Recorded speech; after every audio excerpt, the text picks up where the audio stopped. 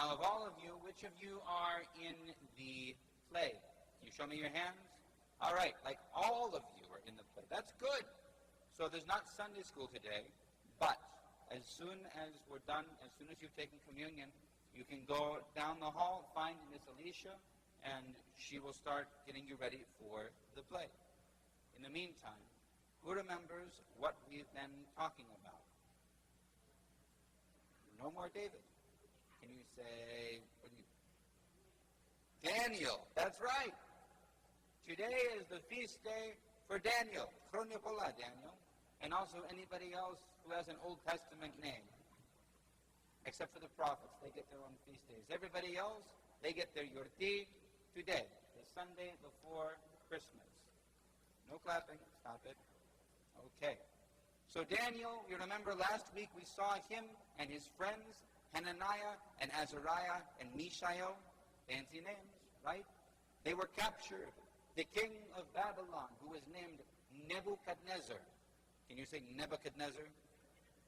Try it again. Nebuchadnezzar. One more time. Nebuchadnezzar. Here we go. The king. He came to Jerusalem. He besieged it and he conquered it. And to make sure that they didn't rebel again, he took young men and he brought them to Babylon to teach them to be governors and officials and bureaucrats, paper pushers, people who work at desks and push paper around, right? So that's what Daniel and his friends are supposed to be. But it turns out one day, King Nebuchadnezzar has a dream, and it bothers him, and it's weird. So what does he do? He says, I'm going to call all the wise men, all the smart people, all the priests of my gods who live here in Babylon. I'm going to call them together, and I'm going to ask them to tell me what my dream means. Not unreasonable, right? So he calls them together, and they're all gathered, and they've probably got their books and their notes, and they're all ready to figure out what the king's dream means.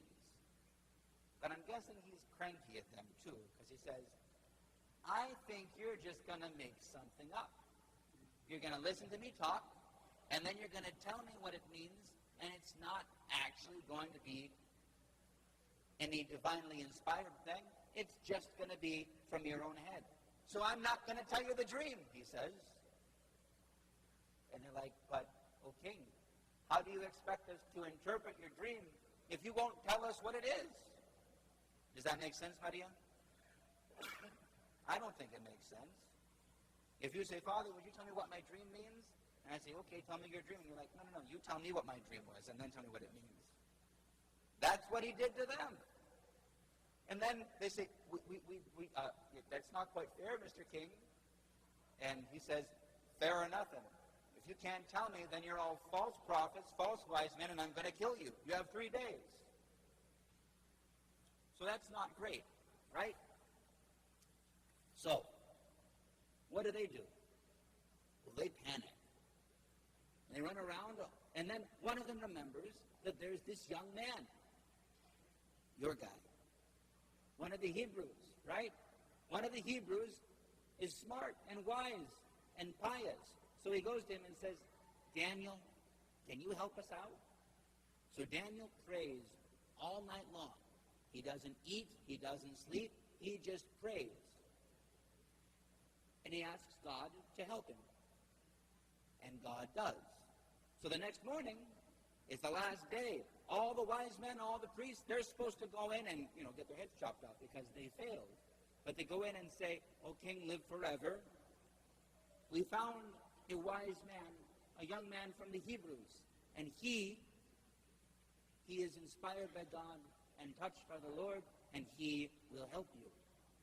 So the king says, all right, Daniel, you get one shot at this. No guesses. And don't you dare tell me I dreamed about my mother. That's a joke for the grown-ups. All right? So, Daniel says, okay, this is what you dreamed. You dreamed that you saw a tall statue, and its head was made of gold, and its shoulders were made out of silver, and its middle was made out of brass, and its legs were made of iron, and its feet were made of clay and iron all mixed together.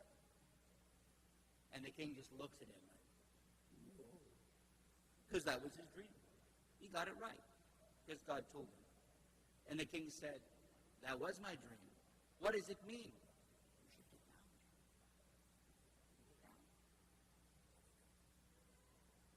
And Daniel said, your dream is about you, O king, and this your kingdom, and the kingdoms that have come after. God is showing to you what's going to happen in the future. Because the head, the golden head, is you and your kingdom of Babylon. And the silver shoulders are the kingdom that will come after you, the kingdom of the Persians. And the brass middle, that is the kingdom that will come after that, the kingdom of the Greeks. And the iron legs that comes after that, that is the kingdom of the Romans that will come after.